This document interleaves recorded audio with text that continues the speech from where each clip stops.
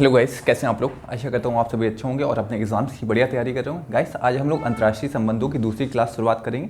पहली क्लास में हम लोगों ने पढ़ा था कि महाशक्ति क्या होती है, महाशक्तियों का मतलब क्या होता है, सुपर पावर क्या होता है, सुपर पावर का मतलब क्या होता है। तो ये सभी चीज़ों को हम लोगों ने पहली क्लासेस में देखा था। तो आज हम लोग अंतर्राष्ट्रीय संबंधों की दूसरी क्लास करेंगे।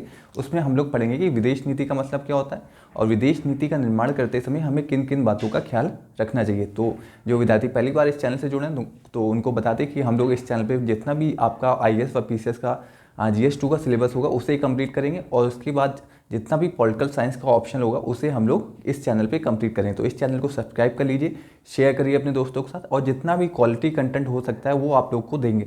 हम लोग का उद्देश्य क्या है कि आप लोग सिर्फ IAS व PCS की सिर्फ तैयारी ना करें, आप लोग इस एग्जाम में सिलेक्शन लीजिए। That is the aim of Shri Ram IAS PCS संस्थान। तो आज हम लोग देखते हैं कि अंतर्राष्ट्रीय संबंधों में क्या क्या हम लोग पढ़ेंगे। तो अंतर्राष्ट्रीय संबंधों में आज हम लोग पढ़ेंगे विदेश नीति का मतलब क्या होता है। तो इससे पहले हम लोग पहले वाले लेक्चर को एक बार जो पहले लेक्चर में पढ़ा था को उसको भी देख लेते कि हम लोग ने पहले लेक्चर में क्या क्या पढ़ा था। तो पहले लेक्चर में हम लोग ने ये इस डायग्राम को समझा था कि सुपर पावर कौन होता है, सुपर पावर कौन होता है, महाशक्ति कौन होता है। तो सुपर पावर में हम लोग ने क्या क्या पढ़ा था,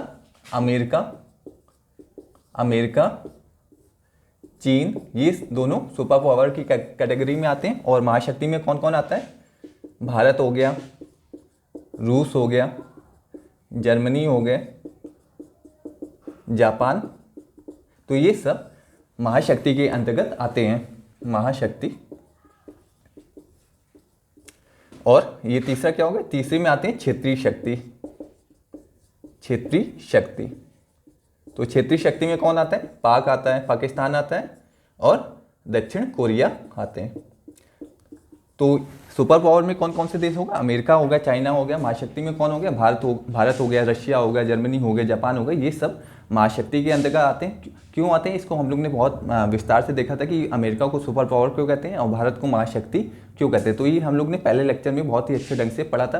तो जो विद्यार्थी पहली बार इस चैनल से जुड़े तो पहले वाले लेक्चर को देख लीजिए जहाँ पे हम लोगों ने बहुत विस्तार से डिस्कस किया था। तो ये हो गया, हम लोग ने पिछले लेक्चर में पढ़ा था कि सुपर पावर क्या होती है, महाशक्ति क्या होती है, क्षेत्रीय शक्तियाँ क्या होती। तो आज हम लोग पढ़ेंगे विदेश नीति का मतलब क्या होता है।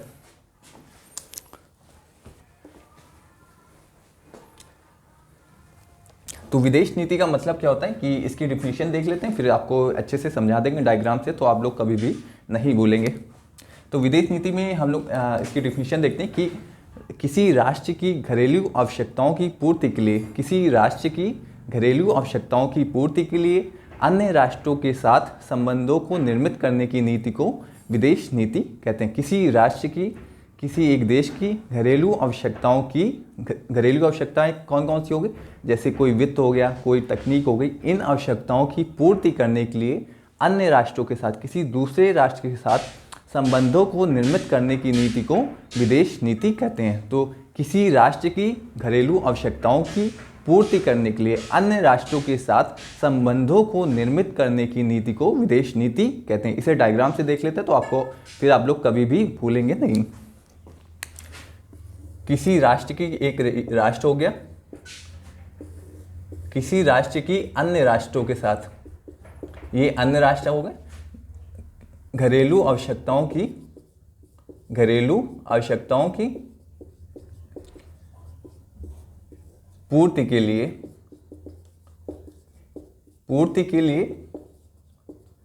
अन्य राष्ट्रों के साथ संबंधों को निर्मित करने की नीति को, संबंधों को निर्मित करने की नीति को विदेश नीति कहते हैं। किसी राष्ट्र की, जैसे ये भारत हो गया, किसी राष्ट्र की घरेलू आवश्यकताओं की पूर्ति के लिए अन्य राष्ट्रों के साथ संबंधों को निर्मित करने की नीति को विदेश नीति कहते हैं।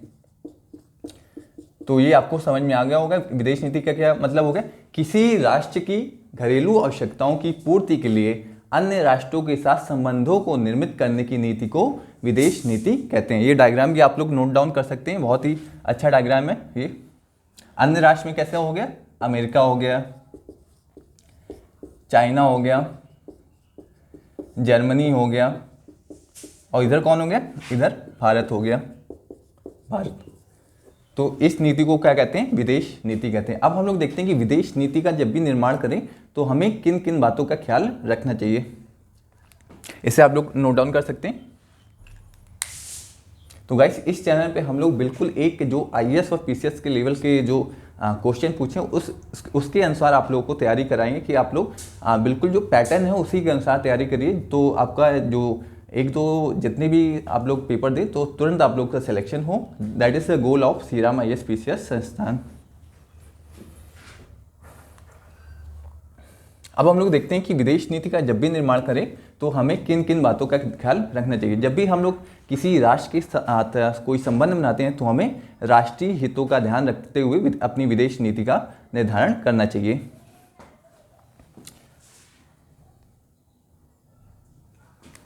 तो इसे आप लोग नोट डाउन कर लीजिए, फिर हम लोग देखते हैं।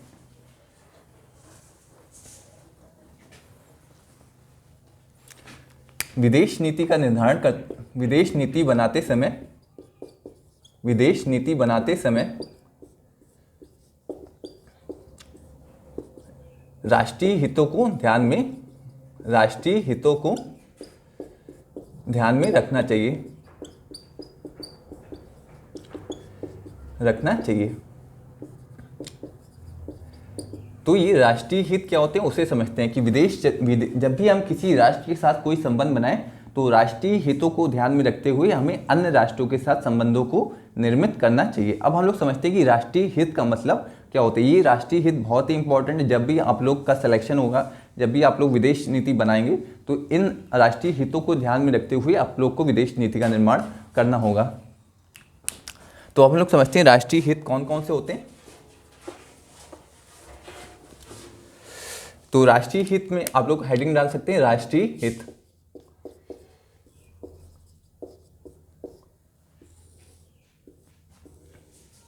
तो राष्ट्रीय हित में सबसे पहला क्या आ गया, सुरक्षा हो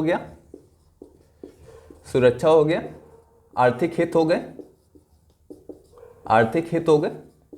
और तीसरा क्या हो गया कि राजनीतिक हित हो गए। तो जब भी आप लोग इस एग्जाम में सेलेक्ट हों और जब भी आप लोग विदेश नीति का निर्माण करें तो ये इन चीज़ों पे आप लोग का ध्यान जरूर जाना चाहिए। जब भी आप लोग विदेश नीति बनाएं तो ये आपके लक्ष्य होने चाहिए कि इनके साथ किसी भी प्रकार का समझौता नहीं होगा। तो सबसे राष्ट्रीय हित में सबसे ऊपर कौन आता है, सुरक्षा आता है। तो सुरक्षा के जब भी कोई देश दूसरे देश के साथ संबंध बनाता है तो सबसे पहले प्रायोरिटी क्या होती है, सुरक्षा के साथ किसी भी प्रकार का समझौता कोई भी देश नहीं कर सकता है। तो सुरक्षा का मतलब क्या हो गया कि देश की एकता व अखंडता बनाए रखना। सुरक्षा का मतलब क्या हो गया, देश की एकता व अखंडता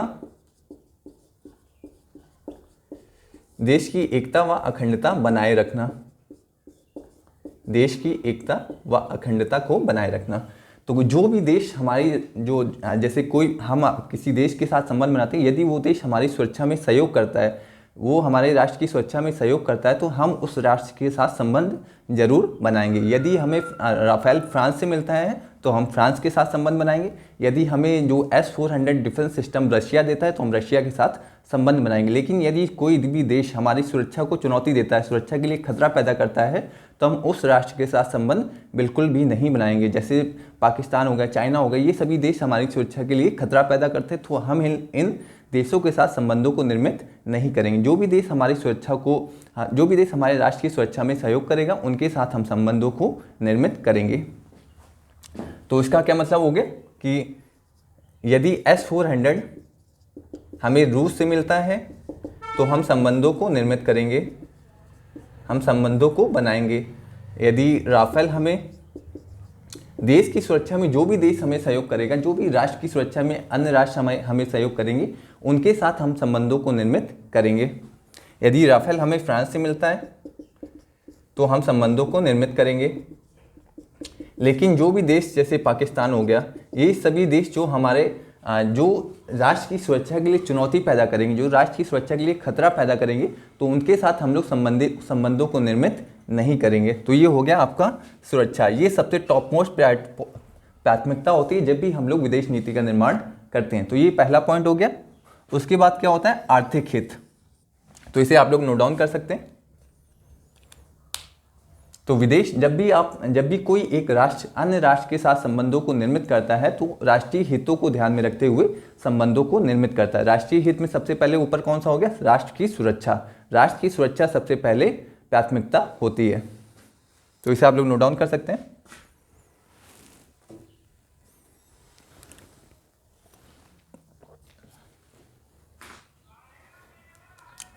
तो हम लोग देखते हैं कि आर्थिक हित का मतलब क्या होता है और राजनीतिक हित का मतलब क्या होता है। राजनीतिक हित और आर्थिक हित, यदि S-400 रूस के से मिलेगा तो हम रूस के साथ संबंधों को बनाएंगे। राफेल यदि फ्रांस से मिलना तो हम फ्रांस के साथ संबंधों को बनाएंगे। यदि अमेरिका भी हमारी सुरक्षा में सहयोग करता है तो अमेरिका के साथ भी संबंधों को बनाएंगे। तो ये हो गया हमारा राष्ट्रीय हित में सबसे पहले क्या हो गया, सुरक्षा हो गया। अब हम लोग देखते हैं कि आर्थिक हित का मतलब क्या होता है, फिर इसके बाद हम लोग राजनीतिक हित को समझेंगे। तो आर्थिक हित में क्या होता है कि जो भी देश हमें तेल देगा, जो भी देश हमें तेल देगा, गैस देगा, तो उनके साथ हम लोग संबंधों को निर्मित करेंगे, संबंधों को निर्मित करेंगे। जैसे हमें मध्य एशिया से तेल प्राप्त होता है, गैस प्राप्त होता है, अमेरिका से हमें तेल प्राप्त होता है, मध्य एशिया हो गए। तो जो भी देश हमें तेल देंगे, गैस देंगे, उनके साथ हम लोग संबंधों को निर्मित करेंगे। तो विदेश नीति बनाते समय हमें इन चीज़ों का ख्याल रखना होता है। जब भी आप लोग ऑफिसर्स बने तो आप लोग जब भी विदेश नीति बनाए तो इन सभी बातों का ख्याल आप लोग को रखना होगा। दूसरा पॉइंट क्या हो गया कि जिन देशों में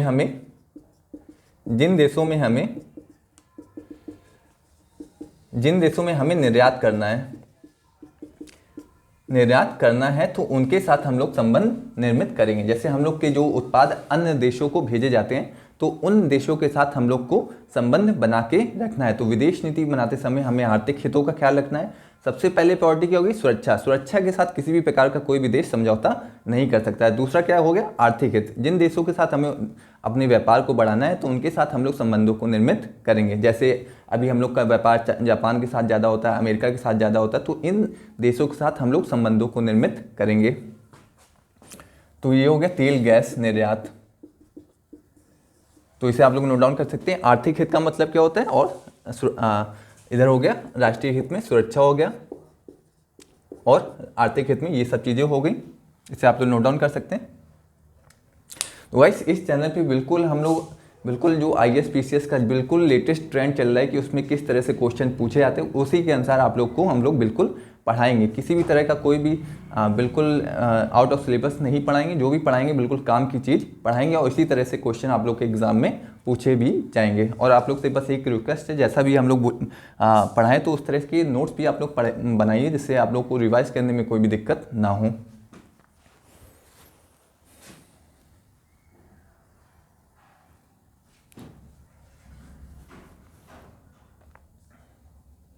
तो ये हो गया आर्थिक हित। अब हम लोग आते हैं राजनीतिक हित पे।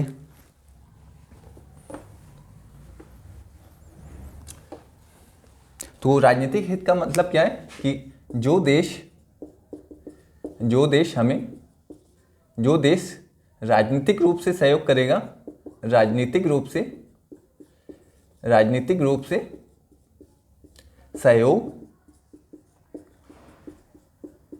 करेगा, उसके साथ संबंधों को निर्मित करेंगे, संबंधों को निर्मित करेंगे।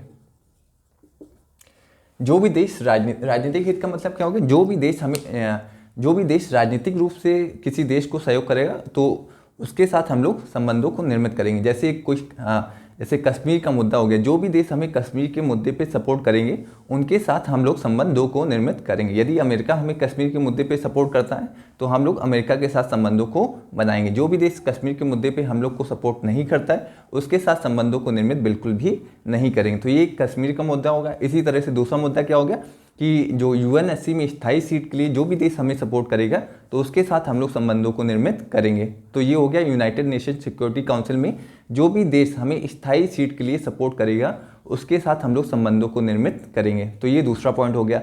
तीसरा एग्जाम्पल क्या होगा, न्यूक्लियर सप्लाई ग्रुप में सदस्यता के लिए जो भी देश हमें सपोर्ट करेगा उसके साथ हम लोग संबंधों को निर्मित करेंगे। तो ये हो गया राजनीतिक हित का मतलब क्या होगा, जो भी देश हमें राजनीतिक रूप से सहयोग करेगा उसके साथ हम लोग संबंधों को निर्मित करेंगे। तो एग्जाम्पल क्या हो गया, कश्मीर के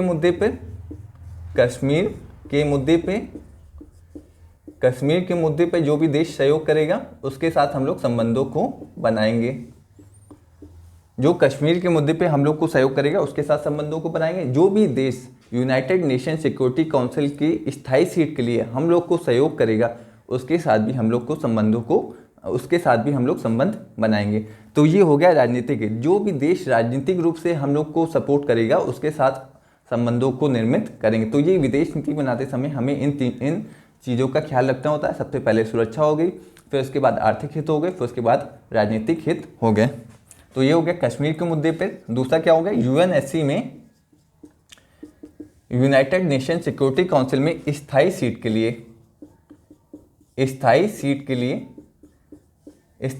लिए जो देश सपोर्ट करेगा, जो समर्थन